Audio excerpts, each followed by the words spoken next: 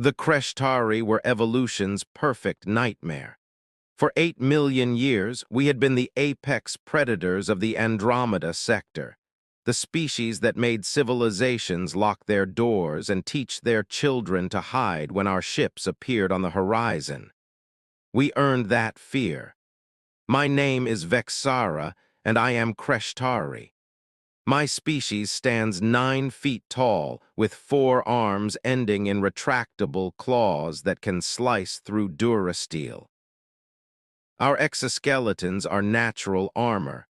Our blood carries neurotoxins, and our eyes can see across 17 different wavelengths. We are born warriors, bred over millennia to dominate every environment we encounter. For 5,000 years, the Galactic Council kept the Kreshtari contained in our home system through a combination of military blockade, economic sanctions, and what they politely called diplomatic isolation. What they meant was, stay in your corner of space or we'll bomb you back to the Stone Age. We accepted this, not because we were afraid, but because we were patient. We built our fleets, refined our weapons, and waited for the moment when the Council would weaken enough for us to break free. That moment came when humanity joined the galactic community.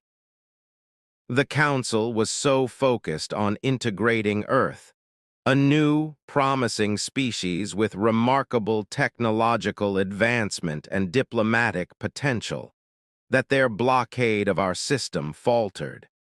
Resources were redirected, patrols became less frequent, and opportunities appeared. I was part of the first Kreshtari scout ship to leave our home system in 3 generations. Our mission was simple: gather intelligence on the weakened Council forces, identify targets for our inevitable expansion, and return with data that would let our people finally claim their rightful place as the galaxy's dominant species. We chose Earth for our first reconnaissance because it was new, supposedly soft, and according to Council intelligence, completely unprepared for real threats. The Council was wrong about that last part. Very wrong. Earth orbit was crowded with satellites, space stations, and ships of various designs, a chaotic mess compared to the orderly traffic patterns around civilized worlds. I studied it from our cloaked position beyond their moon. Primitive infrastructure, my second-in-command, Kreltok, observed. Their defensive grid has gaps large enough to fly a cruiser through, and look, commercial vessels intermixed with military ships. No proper separation, tactically naive. They've only been space-capable for 200 years, I replied. Give them credit for achieving this much so quickly. Credit? Kreltok's mandibles clicked in amusement. You're getting soft, Commander. We're here to assess them as prey, not to admire their achievements. He was right, of course. The Kreshtari way was dominance, not diplomacy. But something about Earth's chaotic energy intrigued me. Most species we'd encountered followed predictable patterns, logical, orderly, cautious. Earth seemed to operate on entirely different principles. Take us in closer, I ordered. I want detailed scans of their military installations. We descended toward the planet, our cloaking technology keeping us invisible to their sensors. North America appeared below us, and I designated a military facility in a place called Nevada for closer examination. That's when everything went wrong. Alarms screamed across my bridge. "Commander, we've been detected," my sensor officer shouted. Multiple targeting locks, weapons charging? Impossible. Our cloaking technology is centuries beyond there. The first missile hit our shields before I finished the sentence. Then 6 more. Then what felt like 100, all striking with precision that should have been impossible for a species that couldn't even see us. Evasive maneuvers, get us out of. Something locked onto our hull with magnetic grapples. Through the viewport, I saw a small craft, barely bigger than a fighter, attached to our ship. The pilot waved at us through the canopy. Actually waved, like this was amusing. "They're boarding," Kreltok snarled. "Seal all hatches, deploy internal defenses." Too late. Somehow impossibly, the humans cut through our hull plating in under 30 seconds. Our internal sensors showed 5 figures entering the ship, moving through corridors that should have been lethal to unprotected beings. "They're not wearing proper void suits," the sensor officer said, confused. "Just light armor, they should be dead." They weren't dead. They were coming directly toward the bridge. I activated our internal defense systems, automated turrets, force fields, chemical deterrents. Standard procedure for repelling boarders. The humans walked through all of it. They dodged the turret fire with movements that seemed choreographed, punched through the force fields using some kind of portable disruption device, and breathed the chemical deterrents through filters built into their helmets. When they reached the bridge door, they didn't try to hack it or cut through it. They knocked. "Kreshtari vessel," a voice called through the door in perfect galactic standard. "This is Lieutenant Sarah Reeves of Earth Defense Force. You have violated Terran sovereign space. Your vessel has been disabled and surrounded. You have 2 options: surrender peacefully, or we breach this door and make you surrender. You have 30 seconds to decide." I looked at Kreltok. We were Kreshtari. We were the nightmare species. We didn't surrender to anyone. "Battle positions," I commanded. "When they breach, kill them all." The door exploded inward, not cut, not hacked, but blown with a shaped charge that left the edges molten. The humans entered in a tactical formation I recognized from our own military manuals. We attacked. Kreltok went first, his forearms a blur of natural weapons, his claws extended, moving with the speed and precision of a lifetime warrior. The lead human, this Lieutenant Reeves, caught his primary strike with some kind of energy shield on her forearm, redirected his secondary strike with a move I'd never seen, and hit him with a weapon that delivered an electrical shock strong enough to drop a Kreshtari warrior. He went down in 3 seconds. I had trained for 50 years. I had killed members of 14 different species in combat. I attacked with every skill I possessed. Lieutenant Reeves disarmed me in 5 moves, used my own momentum to throw me into the deck plating, and had a weapon pressed to my head before I could recover. "Stay down," she said calmly. "We can do this easy or hard, your choice." The rest of my crew was already subdued. 5 humans had neutralized 12 Kreshtari warriors in under 2 minutes. "How?" I gasped. "We're Kreshtari. We're the apex predators." "You're just humans," Lieutenant Reeves finished, smiling behind her helmet's faceplate. "Yeah, we get that a lot. Here's the thing, though, you might be the apex predators in your evolution. We're the apex predators in ours. And Earth is a Class 12 death world. That means everything on our planet has been trying to kill us since before we climbed down from the trees." She hauled me to my feet with strength that shouldn't have been possible for her size. "You evolved to dominate easy worlds. We evolved to survive the most hostile environment in known space. Big difference." They took us to a military facility, not the one in Nevada, but somewhere else, cold and remote. The holding cells were designed for beings much larger than humans, which meant they fit Kreshtari perfectly. I sat in my cell trying to process the impossible. We were the feared species. We were the warriors that made the galaxy tremble. Yet 5 humans had captured our entire crew like we were children. A human entered the detention area, older than the soldiers, wearing a different uniform. The insignia translated as commander.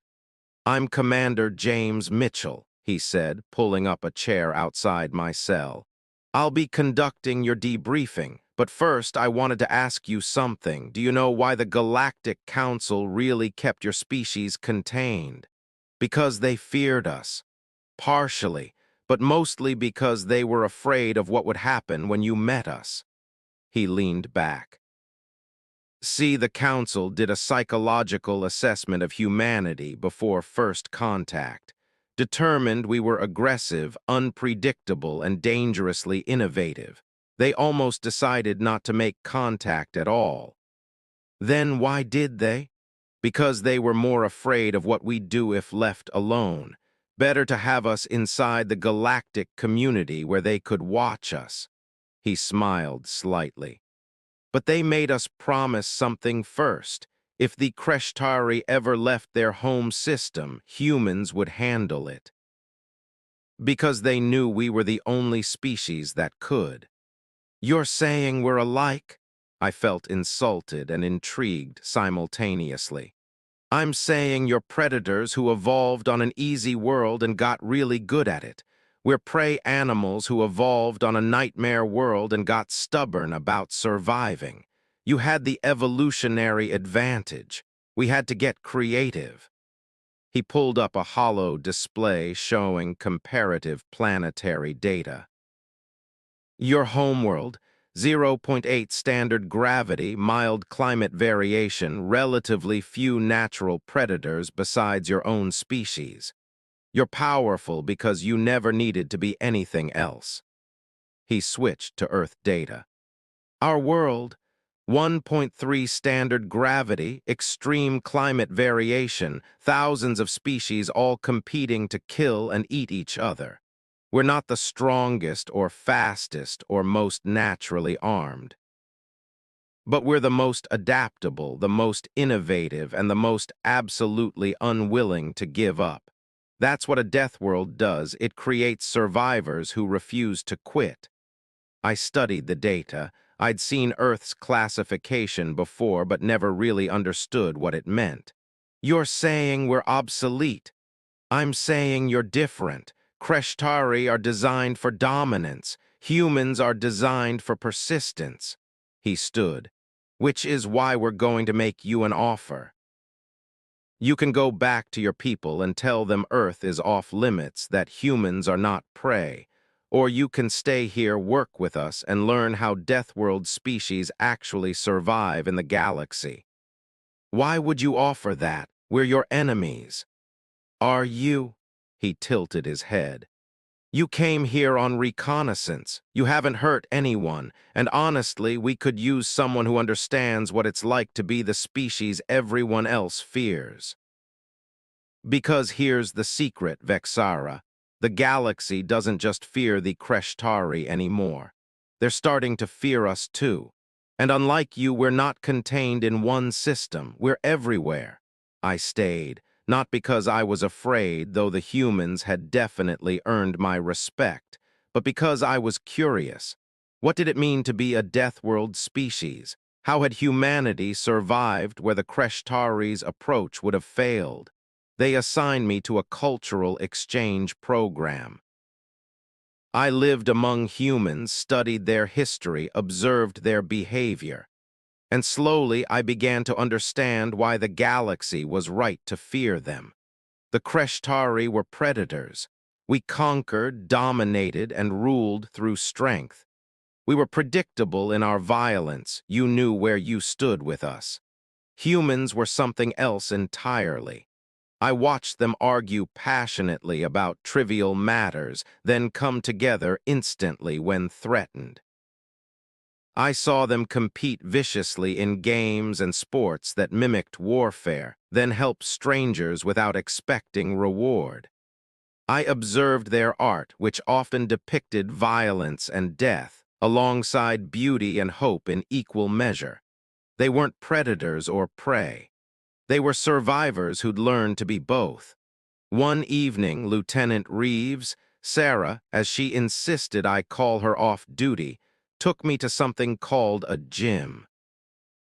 Humans voluntarily subjected themselves to physical stress here, pushing their bodies beyond comfortable limits. "Why do you do this?" I asked, watching her lift weights that would have challenged a young Kreshtari warrior.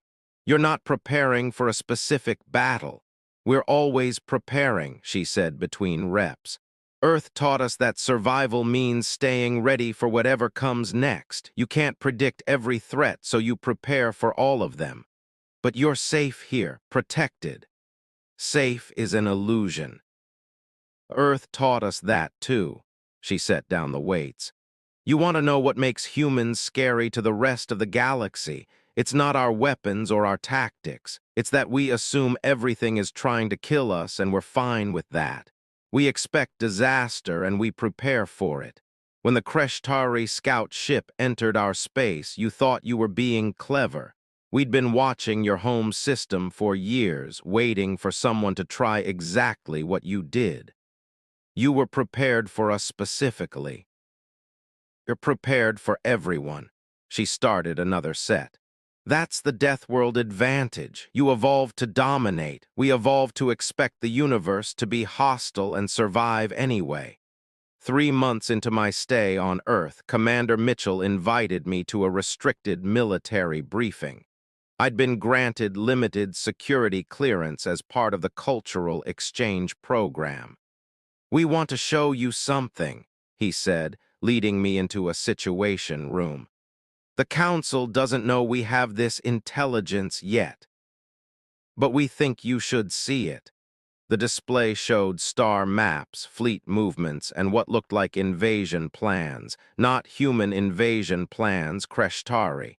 "Your people are preparing for a major offensive," Mitchell said. "They think the Council is weakened by human integration. They think they can break the blockade and begin expansion." My blood went cold. "How did you get this?" "We have our sources, but here's the important part." He zoomed in on the primary targets. "They're planning to hit human colonies first. Your leadership thinks we're the weakest link in the Council's defenses. They're wrong." I studied the plans. They were thorough, well-designed, and would have worked against most species, against humanity. "This will be a massacre," I said quietly. "Not of humans, of Kreshtari." "We know." Mitchell looked at me directly. "Which is why we're asking you, how do we stop this without destroying your entire species?" "Because make no mistake, if the Kreshtari attack human colonies, we will respond, and our response will be comprehensive."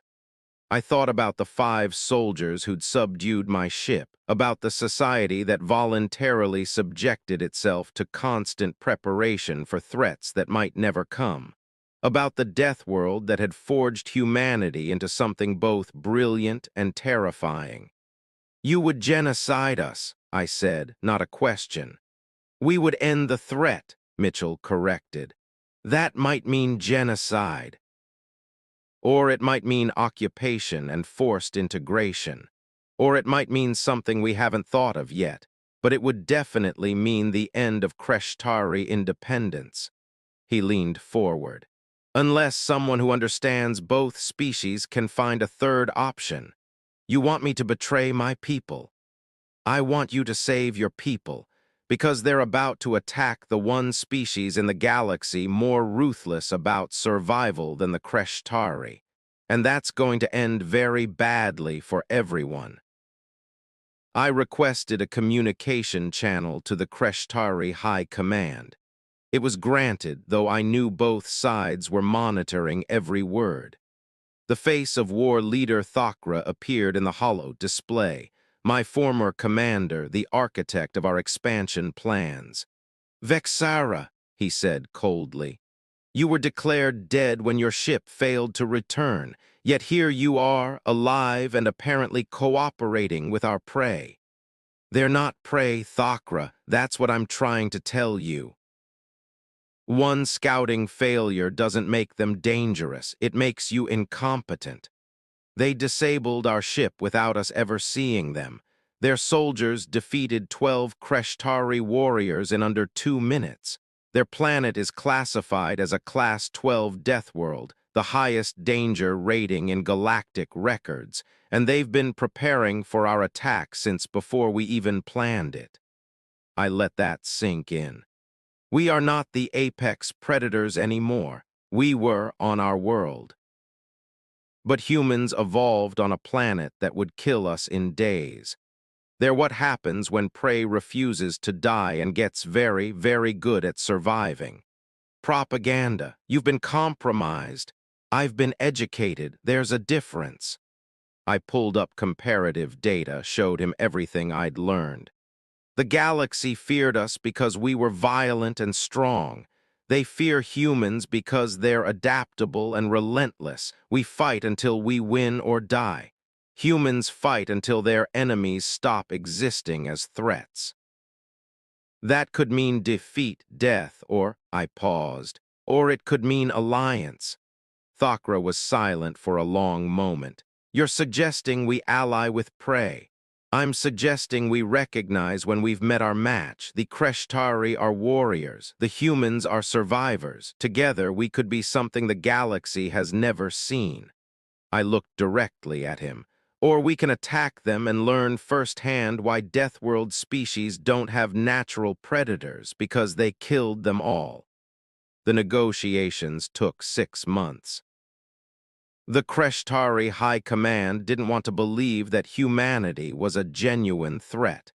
It took 3 separate demonstrations of human military capability, carefully controlled exhibitions that showed exactly how outmatched we were, before they agreed to talks. The final agreement was complex. The Krishtari would abandon their expansion plans. In exchange, humanity would sponsor our integration into the Galactic Council, using their influence to end the blockade that had contained us for millennia. But there was more, a secret part of the agreement that only a few on either side knew about. The Krishtari would provide warrior training to human military forces, sharing thousands of years of combat expertise. Humans would teach us Deathworld survival techniques, how to adapt, innovate, and persist when everything was against you. We would become partners, each species teaching the other their strengths. I remained on Earth as the Krishtari ambassador, the bridge between our peoples. Sarah became my counterpart, the human liaison to Krishtari space. 1 year after my failed reconnaissance mission, I stood in the same gym where Sarah had explained Deathworld philosophy to me. This time, I was teaching Krishtari combat techniques to a class of human soldiers. Speed is important, I demonstrated, moving through a complex attack pattern. But in Krishtari combat, we prioritize overwhelming force. End the fight before your opponent can adapt. One of the students, a young man named Marcus, raised his hand. What if your opponent is too tough to overwhelm, like if you were fighting another Krishtari? Then you've already lost. Krishtari combat assumes you're stronger than your enemy. Sarah entered the gym, smiling. And that's exactly why we needed this exchange program. Marcus want to show Ambassador Vexara what happens when humans fight someone stronger. What followed was a humbling lesson. Marcus, a human soldier half my size, demonstrated human combat philosophy, using the opponent's strength against them, targeting weaknesses, adapting tactics in real time, and absolutely refusing to give up even when clearly outmatched. By the end, I was breathing hard and Marcus was grinning. "Deathworld Survival Ambassador," he said cheerfully. "We don't have to be stronger. We just have to be too stubborn to quit." 5 years after first contact, the Kreshtari-Human alliance had become one of the most powerful forces in galactic politics. Other species watched nervously as the galaxy's most feared warriors partnered with its most unpredictable survivors. The Galactic Council tried to limit our cooperation. They passed resolutions, imposed sanctions, attempted diplomatic pressure. It didn't work, because they'd forgotten something important. They'd contained the Kreshtari through force. But you couldn't contain humanity the same way. Humans didn't respect force. They respected effectiveness. And our alliance was extremely effective. I attended a council session where this became clear. The Velorian ambassador was speaking, proposing new restrictions on Kreshtari-human joint military exercises. These two species represent a threat to galactic stability, she argued. The Kreshtari's natural aggression combined with human unpredictability creates a dangerous combination. I stood to respond, but Sarah beat me to it. "Ambassador," she said with dangerous politeness, "the council contained the Kreshtari for 5,000 years because you feared them. That was wise. They're incredibly dangerous. But here's what you didn't understand. We're worse. Not because we're more violent, but because we're more creative about survival. The Kreshtari fight to win. Humans fight to ensure the threat never comes back." She smiled, and it wasn't friendly. "You should be grateful we allied with the Kreshtari instead of conquering them, because we absolutely could have. And unlike you, we wouldn't have just contained them, we would have integrated them, made them part of us, turned their strength into our strength." The chamber was silent. "So yes," Sarah continued, "we're dangerous together, but we're more dangerous to your enemies than to you, unless you make yourselves our enemies, which would be—" She paused thoughtfully. "Unwise." The resolution failed. By a wide margin. 10 years after my failed reconnaissance mission, I stood with Sarah on the observation deck of a joint Kreshtari human research station orbiting a newly discovered world. Below us was a planet even more hostile than Earth, Class 13, a rating so rare that only 12 such worlds had ever been found. "Your people want to study it," Sarah said. "Mine want to colonize it." "A compromise?" I suggested. "We study it together. Learn from a world that makes even Earth look gentle." "I like how you think." She turned to face me. "You know what I've learned in the past decade, Vexara? The galaxy was wrong about the Kreshtari. You're not monsters. You're just what happens when evolution gives a species every advantage and they don't know what to do with it. And humans are what happens when evolution gives a species every disadvantage and they refuse to accept it." She smiled. "Together, we're pretty interesting. Scary as hell to everyone else, but interesting. You regret that, the fear? Not even a little. Fear keeps people honest. Respect without fear is just politeness, but fear with respect, that's power." She looked down at the hostile world below. "The galaxy feared your species for 8 million years. Now they fear both of us. I'd call that progress." I clicked my mandibles in amusement. "A very human perspective. You're learning our ways. Soon you'll be just as terrifying as us." "I think we already are. The Kreshtari were nightmares that the galaxy locked away. Humans are nightmares that learn to smile and shake hands while planning 17 different ways to win." I paused. "I'm not sure which is worse." "Neither are they," Sarah said. "That's why they keep passing useless resolutions and hoping we'll limit ourselves. But here's the thing about Deathworld species, Vexara. We don't limit ourselves. We adapt, we overcome, and we absolutely refuse to accept that anything is impossible." She was right. The Krishtari had been the galaxy's feared warriors, contained because we were too dangerous to allow freedom. Then we discovered humans, a species that made us look cautious by comparison.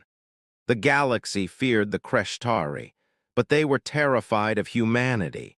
And now that we were allies, teaching each other our respective strengths, the Council was right to be worried, because the galaxy's perfect predators had just partnered with the universe's most stubborn survivors. And together we were learning something new. That sometimes the scariest thing in the galaxy isn't the monster you can see coming. It's the one that smiles, offers friendship, and quietly makes itself absolutely indispensable to your survival. The Krishtari were warriors. Humans were survivors. Together, we were inevitable. And that, I'd learned, was what truly terrified them. Not violence, not aggression, not even Deathworld resilience, but the absolute certainty that nothing would ever make us quit. The galaxy feared my species for 8 million years. Then they met humanity. And suddenly the Krishtari looked almost civilized by comparison. Funny how perspective changes everything.